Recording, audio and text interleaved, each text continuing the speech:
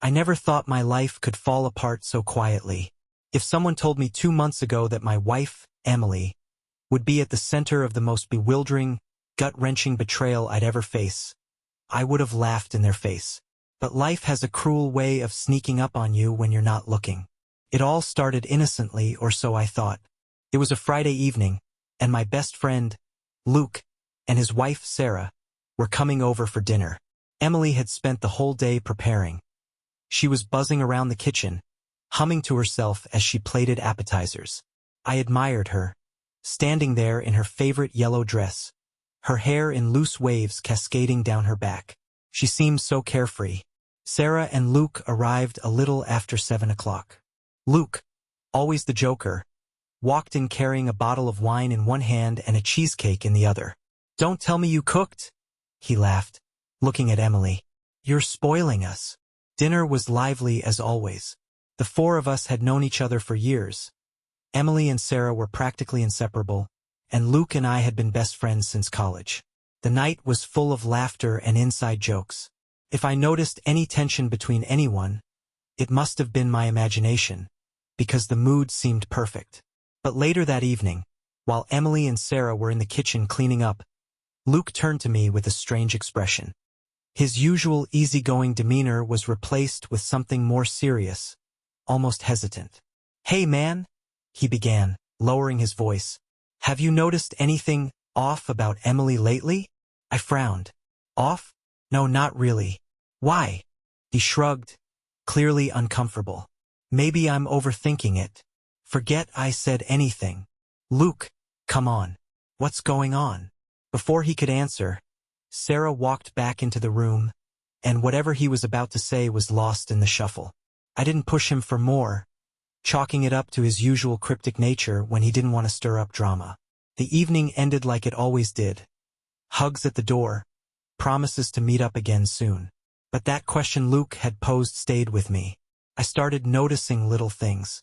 Emily's phone never seemed to leave her side anymore. She'd laugh at text messages, only to brush them off when I asked what was so funny. And there were moments, fleeting, subtle, where her smile didn't quite reach her eyes. One night, I came home from work a bit earlier than expected. I heard Emily on the phone, her voice low and hurried. I froze just outside the living room, trying not to eavesdrop but catching fragments of her conversation. "We can't keep doing this. It's too risky." My chest tightened, but when I stepped into the room, she smiled at me like nothing was wrong. "Oh hey, you're home early. How was your day?" I didn't know what to make of it. Emily and I had always been solid, at least I thought we were. And who would she even be talking to? My mind went to Luke's question again. Had he noticed something that I hadn't? Or was this all in my head? That weekend, Luke invited me to grab a beer at the sports bar we used to frequent in college. "Just the two of us," he said. I almost didn't go. I had a pile of work to catch up on. But something in his tone made me say yes. We were halfway through our second round when he finally brought it up. "There's something I need to tell you," Luke said, staring down at his beer. "And it's not easy." His words hit me like a warning shot, but I still didn't see the train wreck heading my way. Luke hesitated, swirling the amber liquid in his glass like he was trying to find the courage to say what was on his mind. The silence dragged on long enough for my palms to start sweating. "Just say it, man," I urged, my voice sharper than I intended.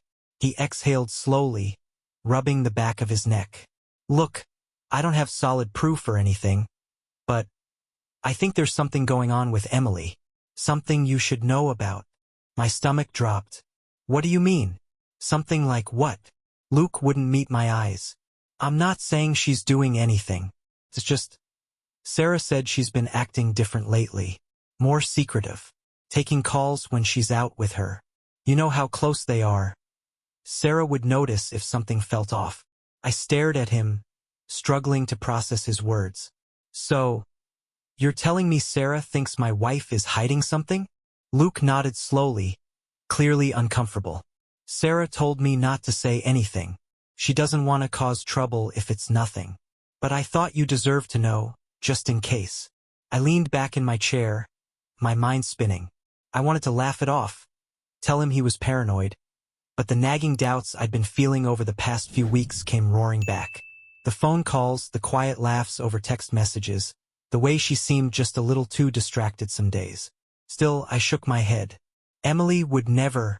We're good. We've always been good. Maybe Sarah's reading into things that aren't there. Luke gave me a look that was almost pitying. I hope you're right, man. I really do. But don't ignore your gut if it's telling you something's wrong. The rest of the night passed in a haze. Luke tried to steer the conversation back to safer topics. Sports, work, whatever. But I could barely focus. My mind kept circling back to Emily, to all the little moments I'd brushed off. When I got home, the house was quiet. Emily was curled up on the couch, scrolling through her phone. She looked up and smiled when she saw me, her face lighting up the way it always did. For a moment, I felt ridiculous for even entertaining Luke's concerns. "Hey," she said softly. "You're back early. How was your night?" "Fine," I lied, slipping off my shoes and crossing the room to sit beside her. She set her phone down, leaning into me as I draped an arm around her shoulders. "What's wrong?" she asked, tilting her head to look up at me. "Nothing," I said, forcing a smile. "Just tired." She studied me for a moment, then nodded. "Want me to make you some tea?" "No, I'm good." She kissed my cheek and settled back into my arms. I could feel the warmth of her, hear the steady rhythm of her breathing, and for a moment, I let myself believe everything was fine. That Luke was wrong, that Sarah was imagining things. But later that night, as Emily slept beside me, I couldn't shake the unease twisting in my gut. I thought about what Luke had said, about Emily's phone never leaving her side, about the quiet laughs and secretive behavior. I needed answers. The next day, while Emily was in the shower, I sat at the kitchen table, staring at her phone on the counter. It was unlocked, probably a mistake on her part, but it felt like an invitation.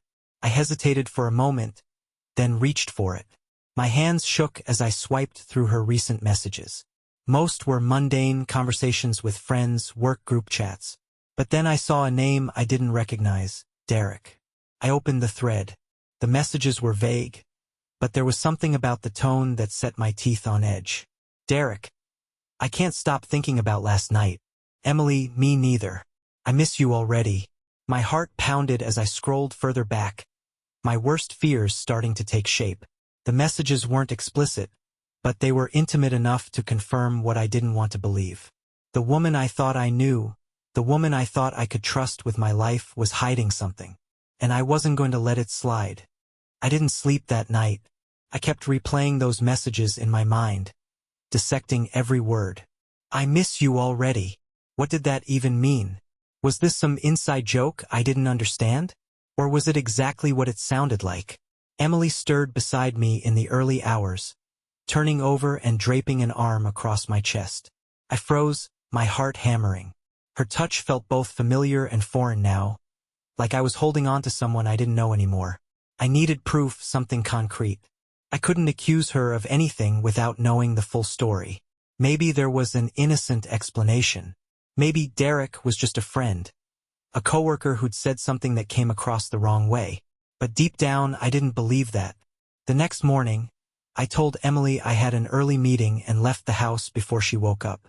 I sat in my car for a few minutes, staring at the screen of my phone. The name Derek burned in my mind. If I could figure out who he was, I might be able to piece this together. I called Luke. "Hey man," he answered groggily. "It's barely 7 a.m. Everything okay?" "No," I said bluntly. "You were right. I found messages on Emily's phone. That woke him up." "Wait, what? What kind of messages?" I hesitated, not wanting to admit the details out loud. "Enough to know something's going on. There's a guy named Derek. Do you know anyone by that name?" Luke was quiet for a moment. "No one comes to mind. Do you think it's someone from her work?" "Maybe. She hasn't mentioned anyone, though. And it's not like she hides much about her coworkers. At least she didn't used to." "You need to dig deeper," Luke said, his tone serious. "Find out who this guy is. Maybe Sarah can help." The mention of Sarah sent a jolt of unease through me. Emily and Sarah had been best friends for years. If anyone knew what was going on, it would be her. You think she knows? I asked cautiously. I don't know, Luke admitted. But Sarah's been acting weird lately too. Maybe she's trying to protect Emily, or maybe she doesn't know the whole story. I hung up shortly after, my head spinning with questions. Emily had always been so open with me. We didn't keep secrets, or at least I thought we didn't. The idea that she could be hiding something this big made my chest ache. Later that day, I decided to take a calculated risk. Emily worked until 5, so I had a window of time to look for answers. I went back home, determined to find something, anything, that could shed light on who this Derek was. I started with her laptop. She usually left it on the desk in the spare room, and luckily it wasn't password protected. My hands trembled as I opened her email. It didn't take long to find something. There, buried among work-related emails, was a string of messages between Emily and a personal account I didn't recognize. The sender had signed off with D, but the email address had a domain tied to a construction company. I searched the company's name online and found their website. Derek McAllister, project manager, stared back at me from the Meet Our Team page. He looked ordinary. Dark hair, a slight smirk, a guy who wouldn't stand out in a crowd. I felt a surge of anger. This was the man who'd been messaging my wife? The emails were vague, much like the texts I'd seen, but there were enough hints to confirm my suspicions. They'd met up multiple times. Phrases like, "Last week was amazing," and "I can't wait to see you again," made my stomach churn. I sat back in the chair, my head spinning. The evidence was piling up, but I still didn't know the full extent of it. How long had this been going on? How far had it gone? And then I saw it. An email from Derek, sent 2 days ago. Still good for Saturday? I booked the hotel. Same place as last time. Let me know if the time works for you. Saturday. That was tomorrow. I closed the laptop, my hands shaking with rage. They were planning to meet, and now I knew where. I had my proof. Now I just needed a plan. I spent the rest of the day pacing around the house, trying to figure out my next move. My mind was a battlefield. Anger, betrayal, disbelief, all colliding at once. Part of me wanted to confront Emily right then and there, to throw the emails and texts in her face and demand an explanation. But I knew that wouldn't get me what I needed. If I tipped her off, she'd cover her tracks, and I'd be left with nothing but suspicion. No, I had to wait. I had to catch them red-handed. The email Derek sent was my golden ticket. I knew where they were meeting, the hotel, and I knew it was happening tomorrow. It was the perfect opportunity, but I couldn't go in blind. I needed to know exactly when and how this would play out. That evening, I acted as if nothing was wrong. Emily came home from work, kissed me on the cheek, and asked how my day was. I plastered on a smile, even though my stomach churned just looking at her. Same old, I said, keeping my tone light. How was your day? Busy, she replied, tossing her bag onto the couch. I've got so much to prepare for Monday. I nodded, pretending to care. Do you need any help? She shook her head, already scrolling through her phone. No, I've got it under control. Thanks, though. Her nonchalance infuriated me, but I kept my cool. Instead, I took mental notes, how she kept glancing at her phone, how she smiled faintly at whatever was on the screen. Was she texting him right in front of me? That night, I waited until she was asleep before sneaking back into the spare room. I opened her laptop again, searching for any updates to their plans. Sure enough, there was another email from Derek, sent just hours ago. I'll be there at 3. Let's grab dinner after? Can't wait to see you. I stared at the screen, my jaw tightening. They'd be meeting at 3 p.m. tomorrow. I finally had a time. Now I needed help. The next morning I called Luke. Hey, I said, keeping my voice low as I stepped outside. Emily was still in the shower. It's happening tomorrow. I know where they're meeting. Luke's tone turned serious. Where? The Palmer Hotel. He booked a room there. Luke let out a low whistle. Jesus, man. Are you sure you're ready for this? I have to be, I replied. But I need your help. I can't do this alone. Of course, he said without hesitation. What's the plan? I'm going to follow her there, I explained. Once she's inside, I'll wait for him to show up. Then, I'll confront them. All right, Luke said. But let me come with you. You're going to need someone there to keep things from getting out of hand. I hesitated, but he was right. My emotions were already running high, and if I walked into that hotel room alone, I didn't trust myself to stay calm. Okay, I agreed. Meet me at my place at noon. The rest of the morning passed in a blur. Emily was her usual cheerful self, humming as she got ready to run errands. She even kissed me goodbye before heading out, her smile as bright as ever. I'll be back in a few hours, she said, grabbing her purse. Take your time, I replied, forcing a smile. As soon as her car disappeared down the street, I sprang into action. I grabbed a duffel bag, tossing in a spare phone charger, a water bottle, and a small notebook where I jotted down everything I'd discovered so far. I didn't know what I'd need, but I wanted to be prepared. Luke arrived right on time, his face set in a grim expression. You ready for this? He asked. As ready as I'll ever be, I said. We drove to the hotel in silence, my hands gripping the steering wheel so tightly my knuckles turned white. My heart pounded with every mile, dread and determination battling for control. When we arrived, I parked across the street, giving us a clear view of the entrance. Emily's car was already there, sitting in the lot like a taunting reminder of why we were here. She's inside, I said, my voice cold. Luke nodded. Now we wait. The minutes ticked by painfully slowly. Every time the hotel doors opened, my breath hitched, expecting to see Derek walk in. And then, finally, he did. It was him, the man from the photo on the company website. He walked in with a cocky stride, carrying a small overnight bag. That's him, I said, my voice shaking with anger. Luke put a hand on my shoulder. Breathe, man. You're almost there. Let's go. We followed him inside, keeping our distance as he made his way to the elevator. My heart pounded in my chest as we watched him press the button, the elevator doors sliding open. This was it, the moment I dreaded and anticipated all at once. I clenched my fists, my resolve hardening. It was time to confront the truth. The elevator doors slid shut, and I felt the air in my lungs tighten. This was happening. After weeks of suspicion, doubt, and sleepless nights, the truth was waiting for me just a few floors above. Luke nudged me gently. We can take the stairs, he said, his voice calm but firm. Less chance of him noticing us if he looks back.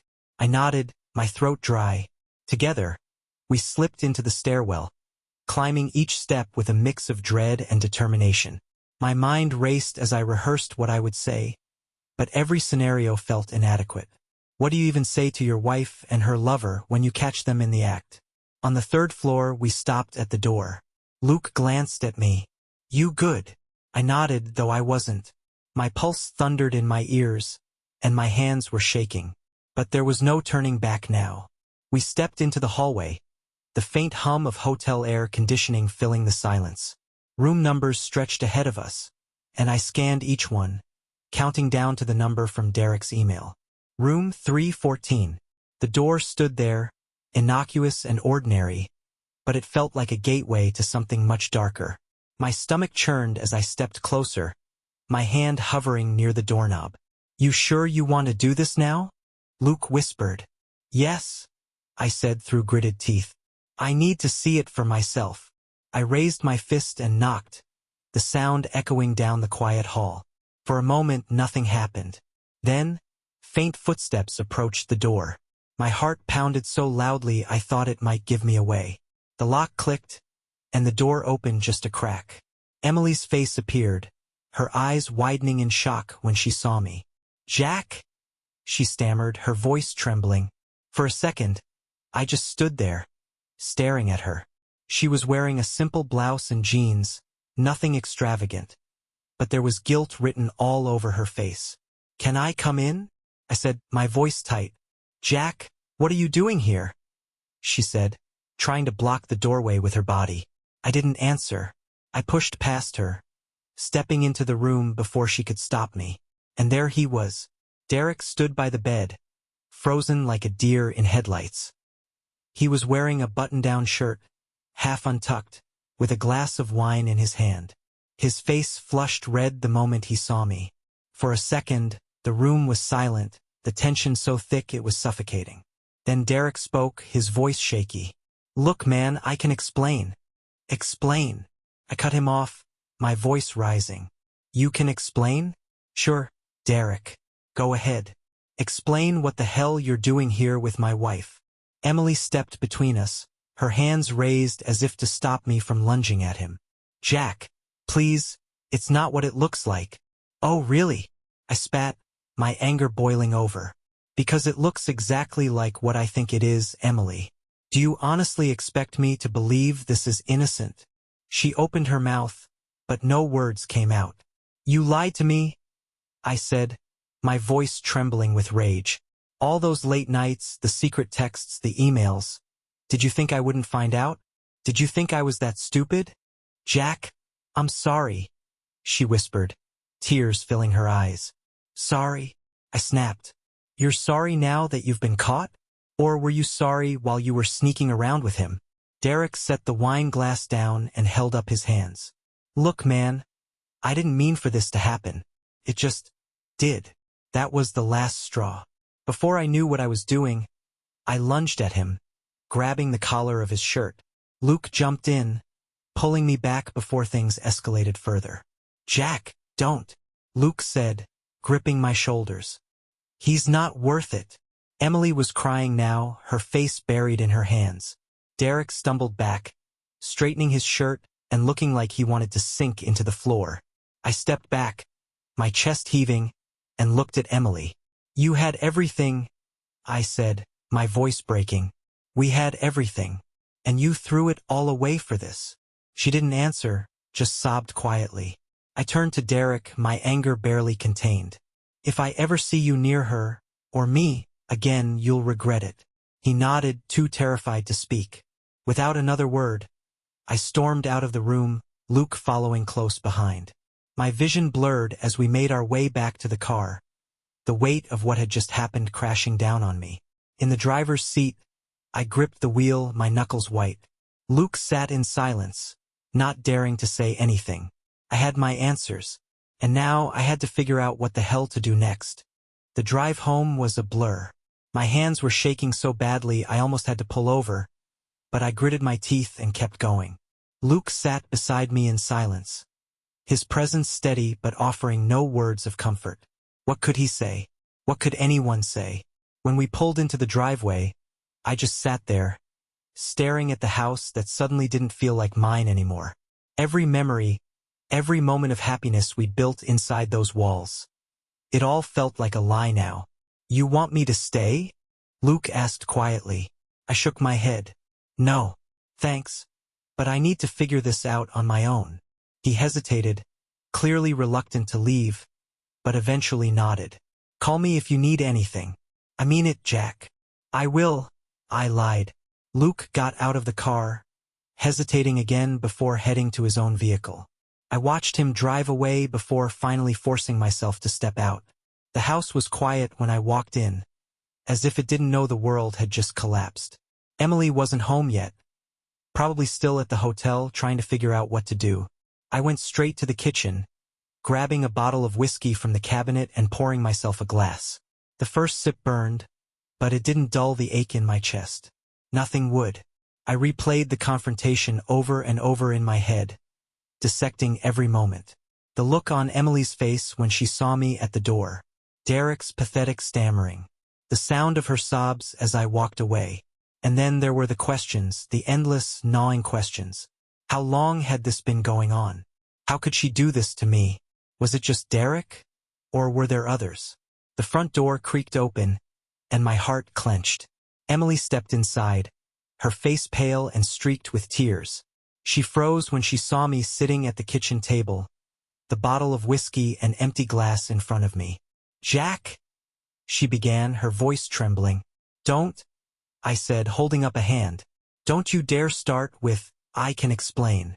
She flinched, setting her purse down on the counter. I wasn't going to say that. Good, I said coldly, because I don't think there's an explanation in the world that could make this okay. She wiped at her eyes, her hands shaking. I'm so sorry, Jack. I didn't mean for this to happen. Didn't mean for what to happen? I shot back. The texts? The emails? The hotel room? Which part of that did you not mean? She didn't answer, her shoulders sagging under the weight of her guilt. Why, Emily? I demanded, my voice breaking. What did I do wrong? What was missing? It's not about you, she whispered. Then what the hell is it about? Tears streamed down her face as she tried to find the words. I felt invisible, Jack. Like I was just going through the motions. You were always busy with work, with everything else. And Derek, he made me feel noticed. Wanted. I stared at her, my heart shattering all over again.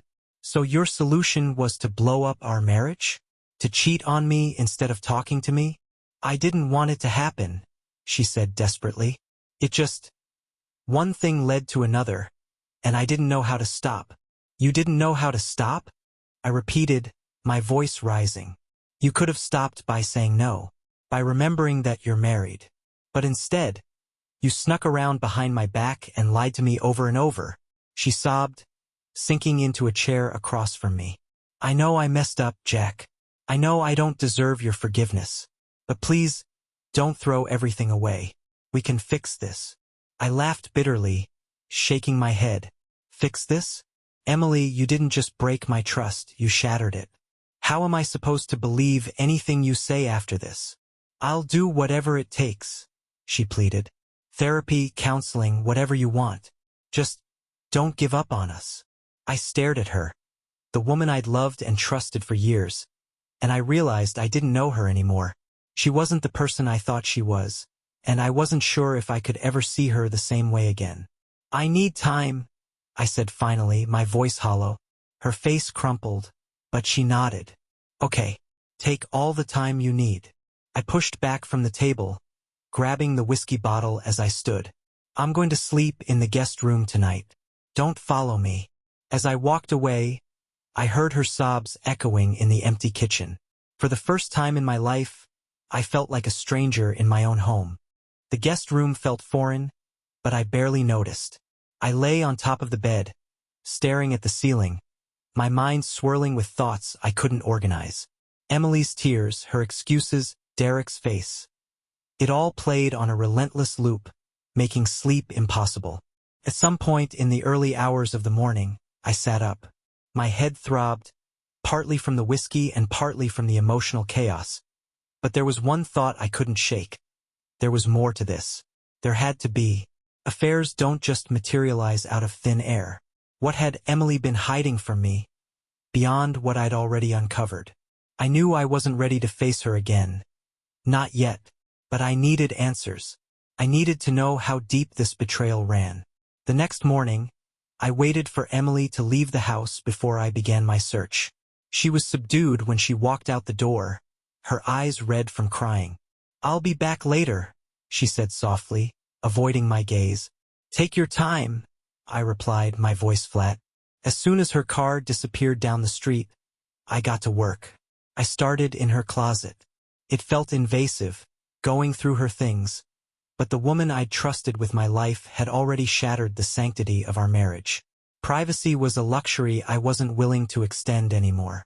The first thing I noticed was her suitcase, the same one she'd taken to the hotel. It was empty, but something about it struck me as odd. I ran my fingers along the lining, and sure enough, there was a hidden zipper compartment. Inside, I found a receipt. It was from a luxury jewelry store downtown, dated 3 months ago. The item? A necklace, engraved with the words, "Forever yours." My stomach churned. I hadn't bought her this necklace, which meant it could only be from one person. Derek. I shoved the receipt back into the compartment and moved on, heading to the spare room where she kept her laptop. I knew her email was a potential goldmine of information, but I'd already combed through it before. This time, I decided to check her cloud storage. There, hidden in a folder labeled Work Files, was a collection of photos. I clicked through them, my hands shaking. Most were harmless, pictures of our family, random work documents. But then I found them. Photos of her and Derek. One was a selfie taken in what looked like a park, the two of them smiling at the camera. Another showed them at a restaurant, their hands intertwined across the table. But the last one was the worst. It was taken in a dimly lit hotel room, the same room where I'd confronted them yesterday. Derek's arms were wrapped around her waist, his lips pressed to her neck. I slammed the laptop shut, my chest heaving with rage. How long had this been going on? How many lies had she told me, smiling to my face while sneaking away to meet him? I felt like a fool. My phone buzzed, jolting me out of my thoughts. It was Luke. "You okay?" he asked when I picked up. "No," I said bluntly. "But I found something." "What is it?" "More evidence. Photos, receipts. She's been lying to me for months." Luke sighed heavily. "I hate to ask this, but do you think it's just Derek? Or could there be someone else?" The question hit me like a punch to the gut. I hadn't even considered that possibility, but now that he'd said it, I couldn't rule it out. "I don't know," I admitted, "but I'm not stopping until I find out." After hanging up, I decided to dig deeper. I opened her laptop again, this time searching for anything related to her bank accounts. It didn't take long to find what I was looking for. An account I didn't recognize. It was under her name but separate from our joint accounts, with transfers dating back almost a year. I scrolled through the transactions, my heart sinking further with each one. There were hotel bookings, restaurant charges, and even plane tickets, none of which she'd ever mentioned to me. One transaction stood out, a payment to a travel agency for 2 tickets to Cancun. The date? Just 3 weeks ago. I clenched my fists, my anger boiling over. Was this what she and Derek were planning next? A romantic getaway while I stayed home. Oblivious? By the time Emily came home that afternoon, I was sitting in the living room, surrounded by printouts of every receipt, photo, and bank statement I'd found. She froze in the doorway, her eyes darting between me and the evidence. "What is this?" she asked, her voice barely above a whisper. "You tell me," I said coldly, holding up the receipt for the necklace. "Who's forever yours? Emily?" Her face crumpled, and she covered her mouth with her hands. "Jack, I can explain." "Don't you dare," I snapped. "Don't you dare insult my intelligence. I've seen the photos. I've seen the bank statements. Cancun. Emily? Really?" She collapsed into the chair across from me, tears streaming down her face. "It's not what you think." "Oh, it's exactly what I think," I said, my voice shaking with fury. "And I want the truth. All of it. Right now." She hesitated, her hands trembling in her lap. And then, finally, she began to talk. But nothing could have prepared me for what she was about to say. Emily's shoulders heaved as she tried to compose herself. Her tear-streaked face was a portrait of shame, but I wasn't moved. "Not anymore." "Talk," I said coldly, crossing my arms. "I want the truth. All of it. No more lies." She swallowed hard, her hands twisting together in her lap. For a moment, she didn't meet my eyes, and I almost shouted at her to hurry up. But then she looked up, her expression broken. "It started last year," she said, her voice trembling. "Last year." I repeated, my stomach sinking. This had been going on for that long? Emily nodded, fresh tears slipping down her cheeks. "I didn't plan for it to happen. I swear, Jack, I didn't. Derek and I worked on a charity event together, and we just clicked." I scoffed, shaking my head. "You clicked? That's your excuse? Do you have any idea what you've done to me? To us?" She flinched at the venom in my voice. "I didn't mean for it to go this far. At first, it was just texts. Harmless flirting. I didn't think it would lead to anything." "Stop lying to yourself," I snapped. "It wasn't harmless, Emily. You knew exactly what you were doing." She buried her face in her hands, her sobs muffled. "I know, Jack. I know. I was stupid and selfish, and I've ruined everything." I stood, pacing the room as I tried to process what she was telling me. So what? You just decided our marriage wasn't enough for you? That I wasn't enough. No, she said quickly, shaking her head. You are enough. You've always been enough. Then why? I shouted, spinning to face her. Why would you do this to me? Her lip trembled, and for a moment, she looked like she might not answer. But then she whispered something so quiet I almost didn't catch it. It wasn't just Derek. The words hit me like a freight train. I froze, staring at her in disbelief. What did you just say? She closed her eyes, fresh tears spilling down her face. It wasn't just Derek, she repeated, her voice barely audible. For a moment I couldn't speak. My mind reeled, trying to process what I just heard. How many? I asked, my voice like ice.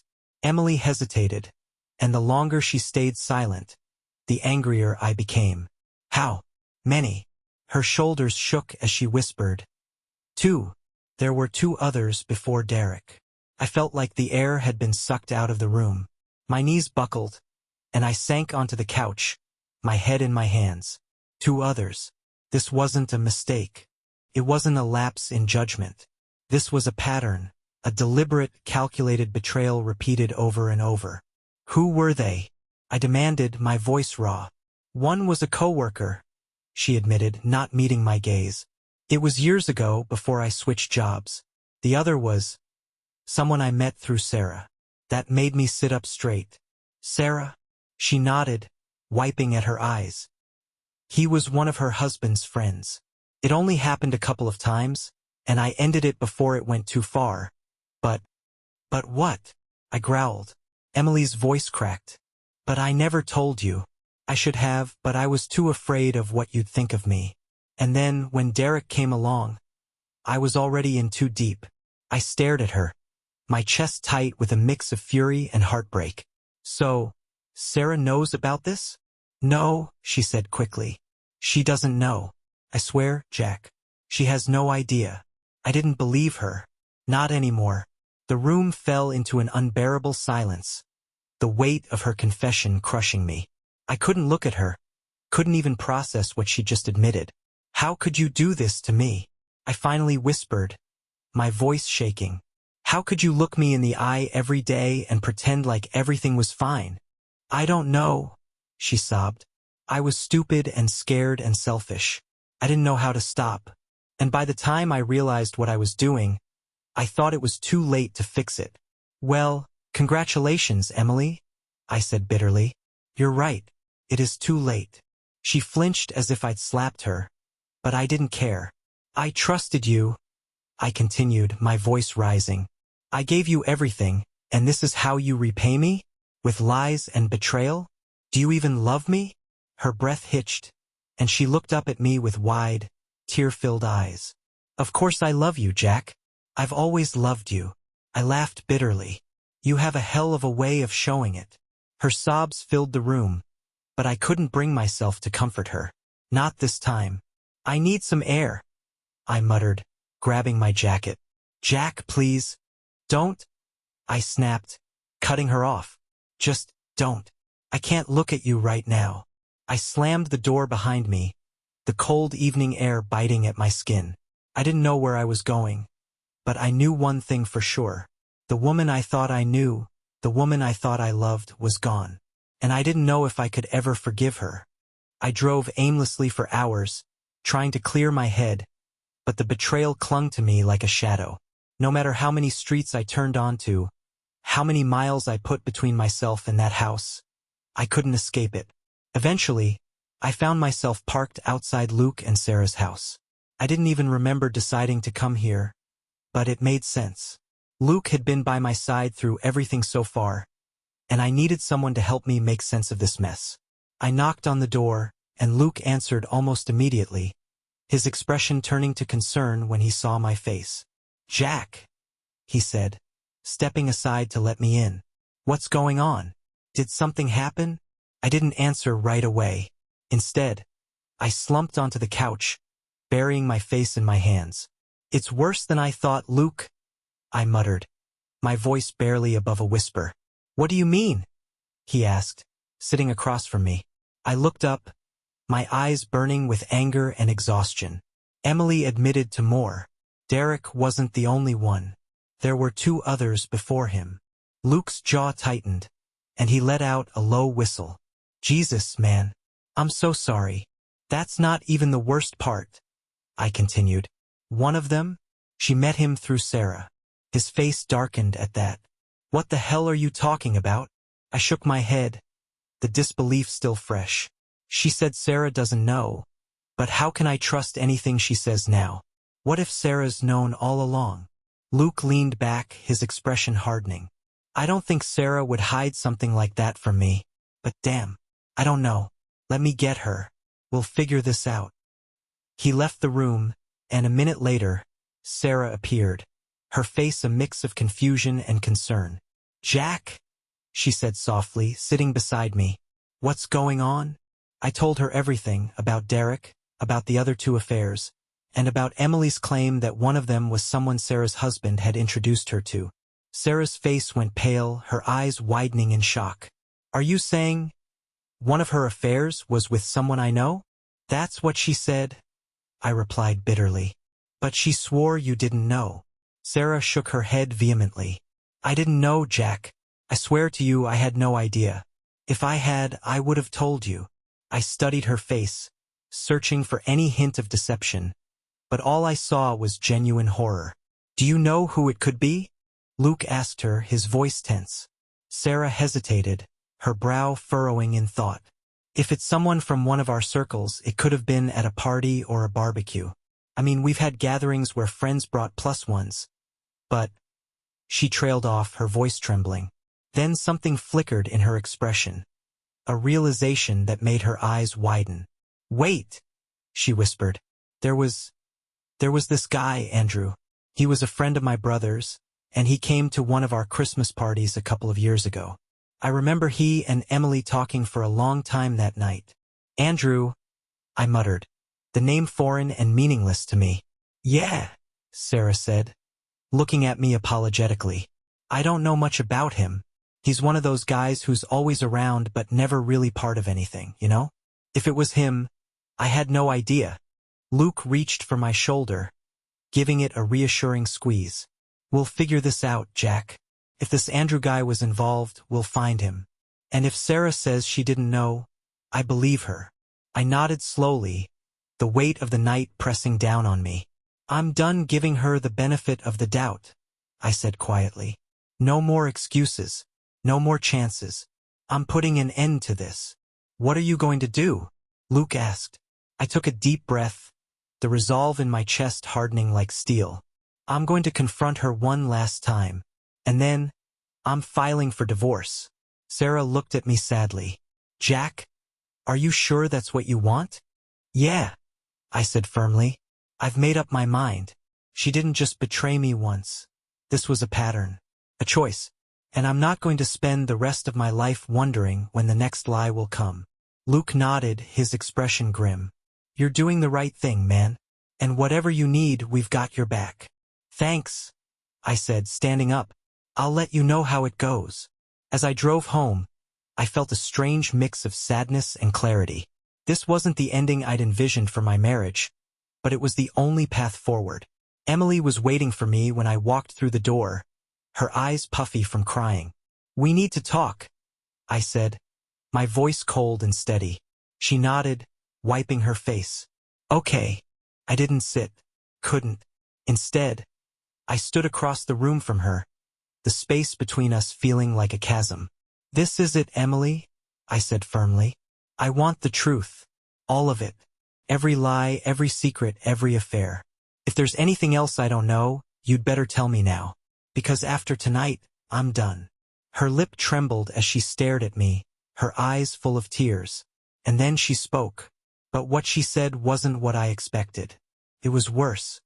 Emily's tearful eyes locked with mine, her lips trembling as she prepared to speak. For a fleeting moment, I thought she might finally say the words I needed to hear. An honest confession, a shred of truth to make sense of the wreckage. But when she finally opened her mouth, her words shattered what little remained of my world. There's something else, she whispered. Something I've been too afraid to tell you. My chest tightened, my hands balling into fists at my sides. Just say it, Emily. No more games. She looked away, her voice barely audible. One of the kids might not be yours. It felt like the ground beneath me crumbled into nothingness. I staggered back, gripping the edge of the dining table to keep myself upright. My breath came in shallow gasps, my mind struggling to process what she'd just said. What? I croaked, my voice hoarse and raw. Her tears flowed freely now, streaking down her face as she tried to explain. It was years ago, before we had Rob. I had an affair. I didn't think anything would come of it. But when I got pregnant, I wasn't sure. I stared at her, my vision blurring with tears of anger and betrayal. You weren't sure, I repeated, my voice rising. You weren't sure if your child was mine? And you never thought to tell me? She sobbed harder, covering her face with her hands. I didn't want to lose you, Jack. I didn't want to ruin everything. And when Rob was born, I convinced myself it didn't matter. He was ours. He was your son. The room felt like it was spinning. Memories of Rob's first steps, his first words, the countless bedtime stories and soccer games. All of it rushed through my mind, now tinged with doubt. I took a step toward her, my voice trembling with fury. Do you have any idea what you've done? You've lied to me every single day of his life. You've let me love that boy, raise him, thinking he was mine. And now you're telling me he might not be. She dropped to her knees, sobbing uncontrollably. I'm sorry, Jack. I'm so sorry. I didn't mean for any of this to happen. I love you, and I love our family. Please don't give up on us. I turned away, unable to look at her any longer. My mind was a storm of emotions. Anger, heartbreak, confusion. But beneath it all was a quiet, steady resolve. I need answers, I said coldly, and I'm going to get them. Tomorrow I'm ordering a paternity test. For Rob, and for Emma just to be sure. Until I know the truth, I don't want to hear another word from you. Emily cried harder, but I didn't care. Couldn't care. I spent the night in the guest room again, staring at the ceiling and wondering how my life had come to this. The woman I'd built my world around had lied to me in ways I couldn't even fathom, and now even my children, the two people I loved more than anything, were caught in the crossfire. The next morning, I scheduled the paternity tests. Emily didn't argue. She didn't say much of anything. She just hovered in the background, her presence a constant reminder of everything I'd lost. The results came back a week later. I sat in the living room, the envelope in my hands feeling heavier than it had any right to. Emily sat across from me, her face pale and drawn. She hadn't slept much in days, and frankly, neither had I. Do you want to open it? I asked, holding the envelope out to her. She shook her head, her hands trembling. No, you do it. I tore the envelope open, my heart pounding so loudly I could barely hear myself think. I scanned the results, my eyes darting over the words that would change my life forever. Rob, 99.99% probability of paternity. Emma, 99.99% probability of paternity. I let out a breath I didn't realize I was holding, relief washing over me like a wave. They were mine, both of them, but the relief was fleeting. It didn't change the fact that Emily had lied to me, had betrayed me in the worst ways imaginable. I set the papers down and looked at her, my expression cold. They're mine, I said flatly. She let out a shaky sob, her hands clasped to her chest. Jack, I'm so sorry. I've ruined everything, and I don't deserve your forgiveness. But, you're right, I interrupted. You don't deserve my forgiveness, and you're not getting it. Her face crumpled, but I pressed on. I'm staying in this house for Rob and Emma. I won't let your mistakes ruin their lives. But as far as I'm concerned, we're done. Our marriage is over. Jack, please. No, I said firmly, standing up. There's nothing left to say. You made your choices, Emily. Now you have to live with them. I walked away, her sobs echoing behind me. Over the next few weeks, I filed for divorce and began the painful process of separating our lives. Emily begged me for another chance, but my resolve never wavered. The damage was done and there was no going back. I focused on my kids, on being the best father I could be. They were my anchor, the reason I got out of bed every morning. As for Emily, I didn't hate her. Not anymore. But I didn't love her either. She was a stranger now, someone I used to know. And I was finally ready to let her go.